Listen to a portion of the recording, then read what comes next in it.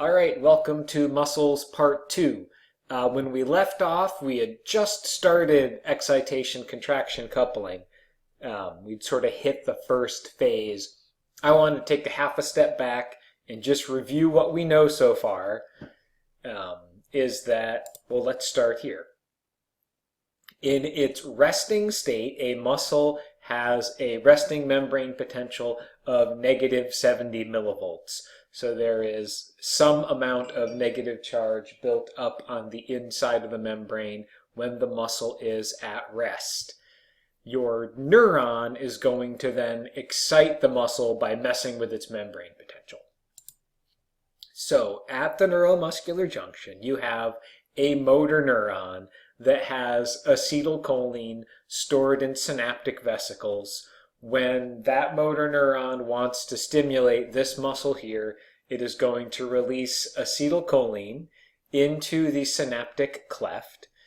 It will then travel to the motor end plate, or what the mastering videos are going to call junctional folds, because of all this folding here.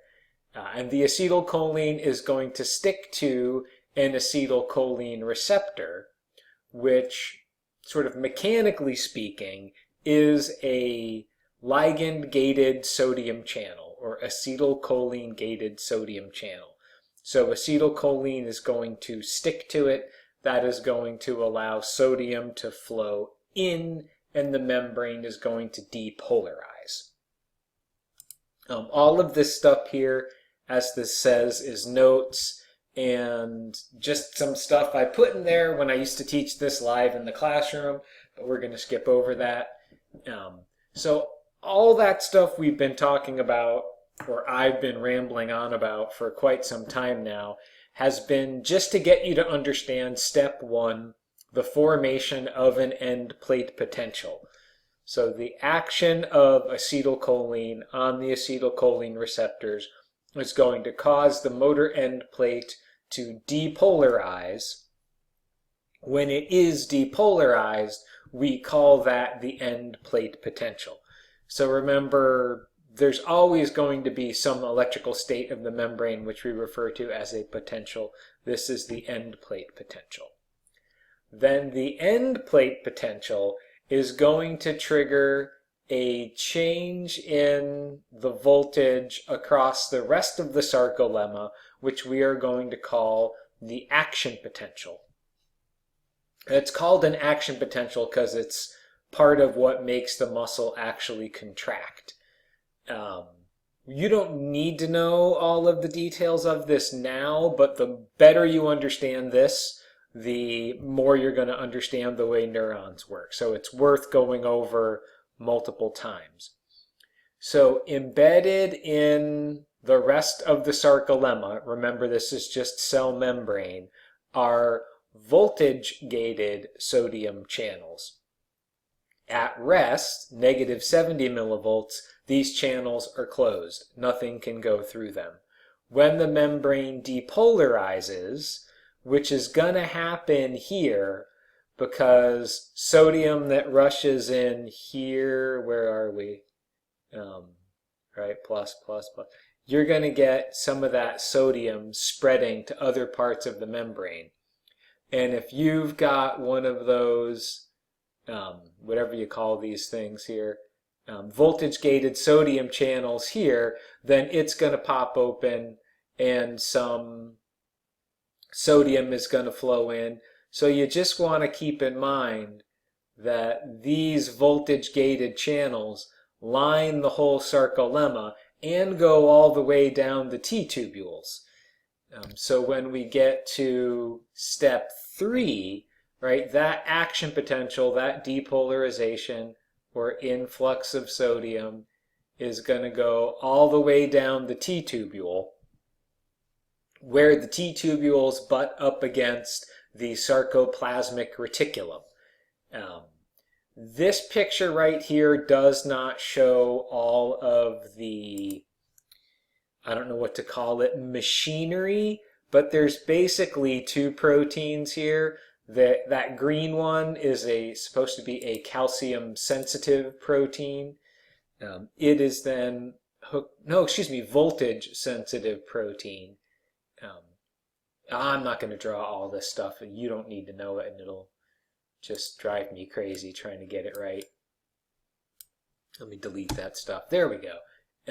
Just know that there's some machinery built into the membrane here that is sensitive to voltage, just like that voltage-gated channel. One of the ways you want to think about stuff like this voltage-gated channel is hair. So if you've ever gone to like a science museum and they have the big static electricity generator and they get somebody with long straight hair to put their hand on the big silver ball and they generate a bunch of electricity and their hair stands on end, so that's the accumulation of charge on the hair causing it to move. So that's just sort of an example, hair being mostly protein, of charge interacting with protein and causing the protein to move. So just imagine some sort of similar interaction going on here where charges coming into the cell might be interacting with some charges on the protein itself, causing the protein to change shape. Where was I? Sorry. So the action potential is going to travel all the way down the T-tubules because of those channels. And then that is going to deliver a little electric shock to the sarcoplasmic reticulum, which is going to cause it to release all of its calcium. Calcium then, right here, is the trigger for a contraction. We haven't talked about exactly what it does yet, but we will. And by contraction, we mean the myosin in purple coming into contact with the green actin. So the myosin will pull on the actin, and the muscle will continue to shorten until the calcium is pumped back into the sarcoplasmic reticulum. So now the ions are pumped back in. And again, you do want to imagine like little pumps here. Using ATP and pumping all of the calcium back in. And then once all of the calcium is gone, then the myosin will let go of the actin and the contraction will end. The muscle will just relax. So that's excitation, contraction, coupling in a nutshell. In these PowerPoints, I go over just the basics. The homework assignment I'm going to have you do goes into a little bit more detail. So let's just say that any question on the homework assignment would be fair game for a lecture exam. And I will post the answers to the homework assignment, I should say that. So then what we are on to is the sliding filament model of muscle contraction. I'm not sure why we call it a model.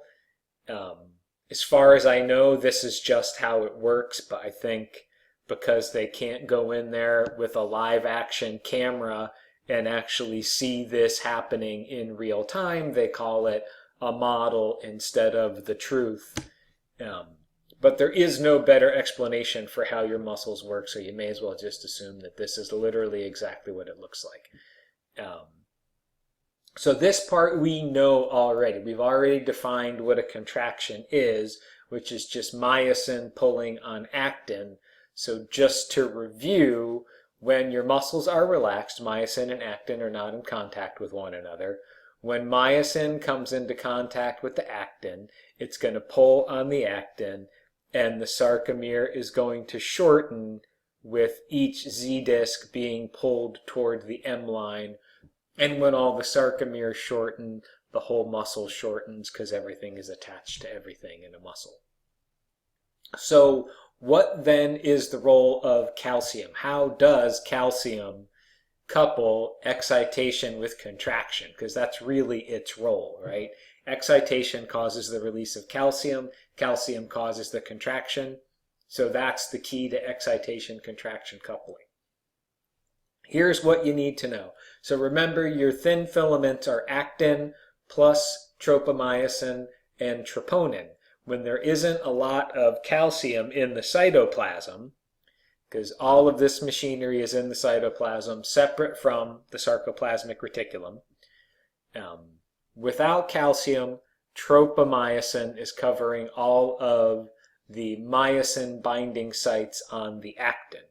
When calcium floods the cytoplasm from the sarcoplasmic reticulum, calcium is going to bind to that small circular yellow protein called troponin.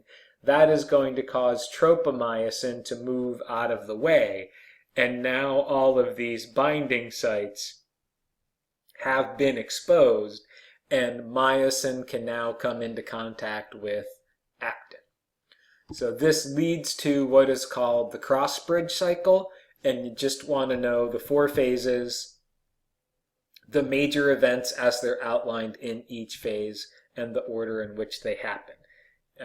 So when I talk about the cross-bridge cycle, I'm assuming calcium is already there and present. So you have myosin in what is its high energy state is going to bind to actin.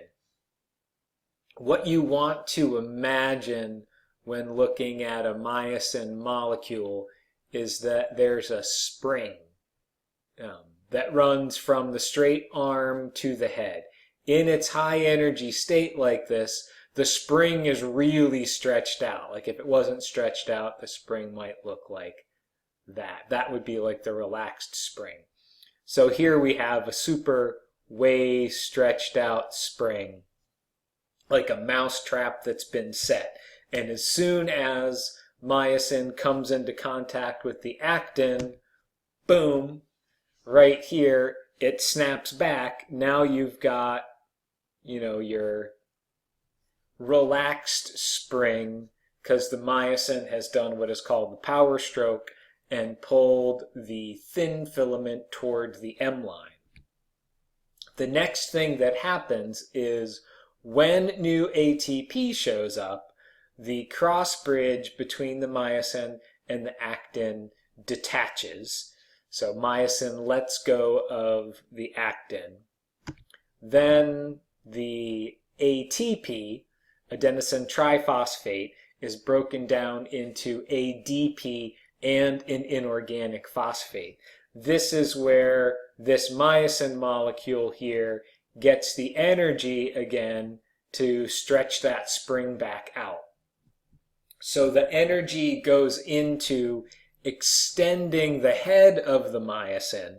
So you're sort of preloading it so that as soon as it comes into contact with the actin, it just springs back.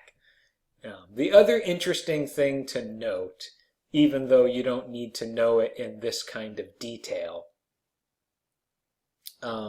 is there is a physical change in the ATP, or this is a ADP, an inorganic phosphate. There's a physical change in whatever is connected to the myosin head that is associated with every physical change in the myosin head. So here it's extended and it is attached to the adenosine diphosphate and that free inorganic phosphate. When it snaps back, it releases those two. So this physical movement is made possible by the release of those two things. And then this physical detachment is made possible by the arrival of new ATP. And then when the ATP gets broken down or hydrolyzed into a phosphate and a DP, that's where you get the energy to re-extend the myosin head. So it's always some physical alteration to myosin's binding partner that then causes changes in the shape of myosin itself. So it's very mechanical. Oh, hold on, something got out of whack there. So that is the cross-bridge cycle. cross-bridge formation, high energy myosin head attaches to the filament, followed by the power stroke, where the myosin pulls the thin filament toward the M line. Then the arrival of new ATP causes cross-bridge detachment, and then when that ATP is hydrolyzed or broken apart, that causes the head to re-extend, or the cocking of the myosin head back into its high energy state. Interesting side note here, this is where rigor mortis comes from. If you've ever heard of that, rigor mortis means the stiffness of death, rigor and mortis. So you have to have ATP present in order to get your myosin to let go of your actin. When you die, a certain number of your myosin heads are in contact with the actin, and once you run out of ATP, it gets stuck like that. So it's sort of like turning off a car while the transmission is still in gear. You can't get it to move unless the engine is free. So then let's move right along. And then I should say, with rigor mortis, you stay stiff until your proteins start to degrade. You start to fall apart from the inside, and then you get flexible again. Pleasant to think about, yes? All right, so now we're getting more into whole muscle mechanics and sort of whole muscle physiology. We were way down in the nitty-gritty molecular details. Now we're up at sort of muscle movement, body movement, gross anatomical level. So the first thing you want to know when it comes to contractions is a contraction will always produce tension. So you've got myosin pulling on the actin, but it doesn't always necessarily, as this says here, shorten the muscle. So you have two different kinds of contractions, isometric contractions and isotonic contractions. In an isometric contraction, there is no movement. So you can assume that the strength of the contraction is equal to whatever load is being put on the muscle. So iso means the same, like isotonic means the same tonicity or osmolarity. Isometric means all the measures stay the same, nothing is moving. Here, hey, isotonic, the same thing again. Tonic, in this case, instead of talking about water, just means muscle tension. So if you have an isotonic contraction, the thinking is that once the load is moving, it takes the same amount of tension the whole time to get the load to move. So anytime there's movement, that is referred to as an isotonic contraction.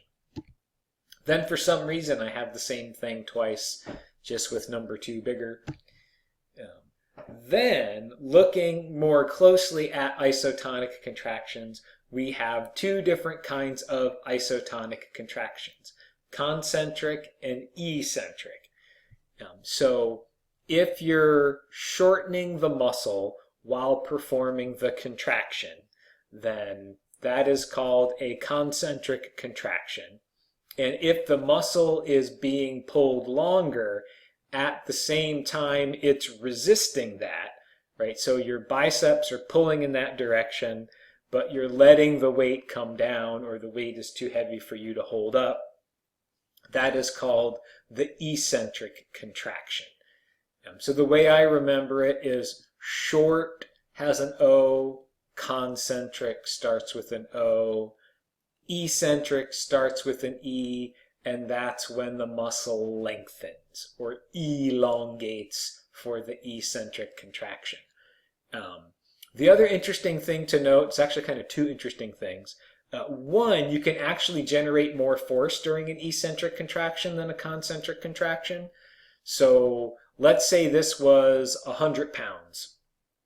You might be able to do the concentric movement with, say, 50 pounds. But you couldn't do the concentric movement with 100 pounds.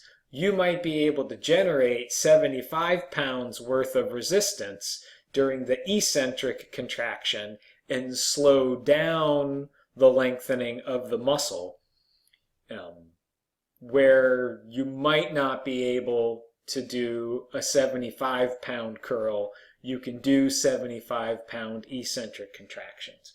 And the other interesting thing about eccentric contractions, for those of you that are at all interested in fitness, is that they tear up the muscle more because you're moving the muscle in the opposite direction that myosin is trying to pull. You cause all sorts of little micro damage to the muscle, and that damage is what stimulates the body to rebuild the muscle stronger. So if you're going to the gym and you're trying to get gains, or you're new to working out, you will get more out of your workout if you control your eccentric contractions. Plus, you're just less likely to get injured. So always control both motions, up and down, or all the motions when you're working out, because you'll get a better workout that way. It does mean you have to reduce some of the weights so you don't look as cool swinging the big weights around. But people that know what they're doing will know that you look cool because you're actually controlling your weight. All right, moving right along. We're just sort of hitting all sorts of little bits and pieces here as we go. This length-tension relationship refers to the length of the muscle versus how much tension that muscle is capable of generating. So if you look at this graph here, as you're getting longer, this is 60% of resting length up to what looks like 170% of resting length. The amount of tension that you can generate starts to go up, and then you hit a peak from about what looks like 90 to 115% of resting length. And then as the muscle gets longer, the amount of force you can generate gets less. What this has to do with is the overlap of your thick filament with your thin filament. So in this region right here, you've got a lot of overlap. So all of your myosin heads are in contact with your actin. It's like you're firing on all cylinders, and you can generate a lot of force that way. As the muscle gets shorter, you're actually having to put energy into compressing the muscle and connective tissue and other parts of your body. So even though at these shorter lengths you've got full overlap between your myosin and your actin, you're having to put force into compressing the muscle instead of force into moving the load. And as the muscle gets longer, like at the bottom of a push-up, where you've stretched out your chest muscles, then you have less overlap between your myosin and your actin, and it's harder to generate the force. So this is why going all the way down for a push-up makes it harder, or going all the way down in your squats makes it harder to get back up, because you're stretching out the muscles more. And for most of our movements, the end of the movement, like the end of a squat when you're just standing straight up, or the end of a push-up when you're straight up, or the end of a bench press, you're usually in this range right here. It's only movements like curls, if you're trying to like squeeze the weight up against your chest, that you get into this region here.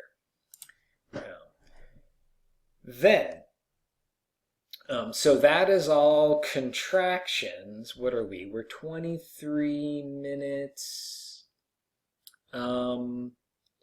You know what? I'm gonna stop here and just make more recordings that are all shorter, to remind you that you probably shouldn't be sitting for a 40-minute screencast, because this is just not the ideal way for you to learn. So I'm going to stop this one here, and we're going to come back with motor units and talk about how muscles are controlled.